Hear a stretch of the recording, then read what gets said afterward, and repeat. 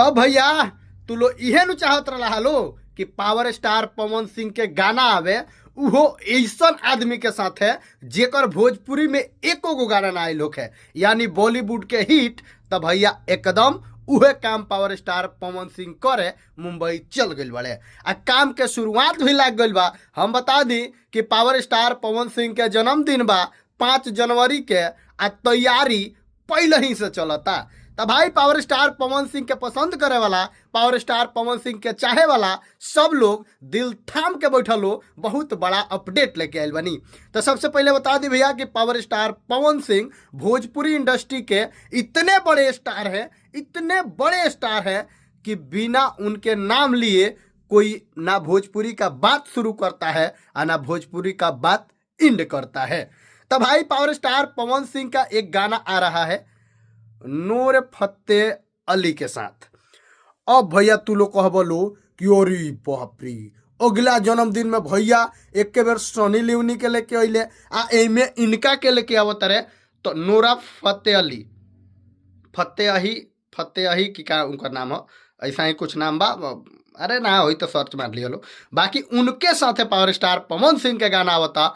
अब भैया एकरा ले बड़का अपडेट का होला पहले ही बताओ। एगो और बात हम बता दी कि पावर स्टार पवन सिंह के बराबरी करे वाला लोग, पवन सिंह से मना ना होला कि अपने आप के तुलना करे वाला लोग के का होई हमरा तो बुझाते नहीं है। पावर स्टार पवन सिंह के जब पोस्टर फोटो एक गो वायरल होता तो यही हाल बा, अगर गाना का टीजर रिलीज हो जाई तब तो फाट के हाथ में आ जाई। सही सुन रहे हैं, फाट के हाथ में आ जाएगा भाई। पावर स्टार पवन सिंह है ना, अब पवन सिंह जब भी करते हैं भोजपुरी इंडस्ट्री में तब एकदम तबाही करते हैं, अब फिर से तबाही लाने वाले हैं। काहे कि पावर स्टार पवन सिंह के गाना आ रहा है भैया, पांचे के नाचे हो गार्दा गार्दा उड़ा दे रहा है, और सबके पता बा। हर साल पावर स्टार पवन सिंह अपना जन्मदिन पर बहुत बड़का तबाही लेके आवेले। ए बेरी भी तबाही बहुत बड़ा ही बा। पावर स्टार पवन सिंह के बहुत लोग कहता मैनेजमेंट में ही दिक्कत बा। भैया हम बता दी कि मैनेजमेंट में कोनो दिक्कत नहीं है, थोड़ा सा गाना वो कंपनी से आवे में दिक्कत बा, ठीक बा। मैनेजमेंट में कोनो दिक्कत नहीं है। अभिषेक भैया बहुत अच्छा से मैनेज कर रहा बड़े पावर स्टार पवन सिंह के, तो अब मैनेजमेंट पर कोनो दोष नहीं है देवे के, ना मैनेजमेंट पर उंगली उठावे के बा। काहे कि भाई पावर स्टार पवन सिंह के साथ जो कदम से कदम मिला के चल रहा है, जो हर सुख दुख में खड़ा है, जो हर सुख दुख देख रहा है, वही ना अच्छा है भाई।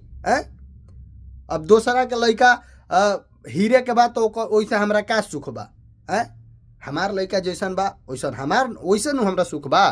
तो ऐसे ना कह जाला, समझदार के इशारा काफ़ी होला, तो इशारा समझ लो।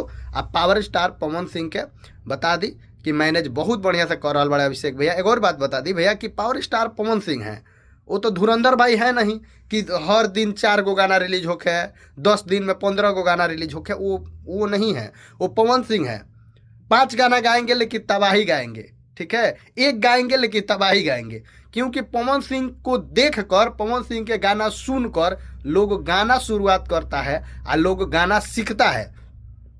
तो कहीं नहीं कहीं पावर स्टार पवन सिंह जो है कि अच्छा कर रहे हैं भाई। कम गाना दे रहे हैं, ठीक है, कोई दिक्कत नहीं है। देखिए लेट आएंगे लेकिन दुरुस्त आएंगे, वो पवन सिंह है, धुरंधर नहीं है कि जब मन तब वो तो मैं कहीं जाके गाना कर दी, ठीक बा, वो नहीं है। पावर स्टार पवन सिंह है और वो गाना करेंगे, बेस्ट करेंगे। तो भाई पवन सिंह के चाहे वाला, पवन सिंह के पसंद करे वाला चैनल का फटाफट सब्सक्राइब कर लो, काहे कि जैसे दूसरा लुक वायरल हुई तार लोग के लगे पहुंच जाई। तो बता दी कि पावर स्टार पवन सिंह के आज कुछ खास फोटो का कुछ खास तस्वीर आवे वाला बा, और सबसे पहले यही चैनल पर मिली। तो रउआ सब सब्सक्राइब करी, वीडियो के लाइक करी और शेयर करी। मिलते हैं अगला वीडियो में, तब तक खातिर नमस्कार।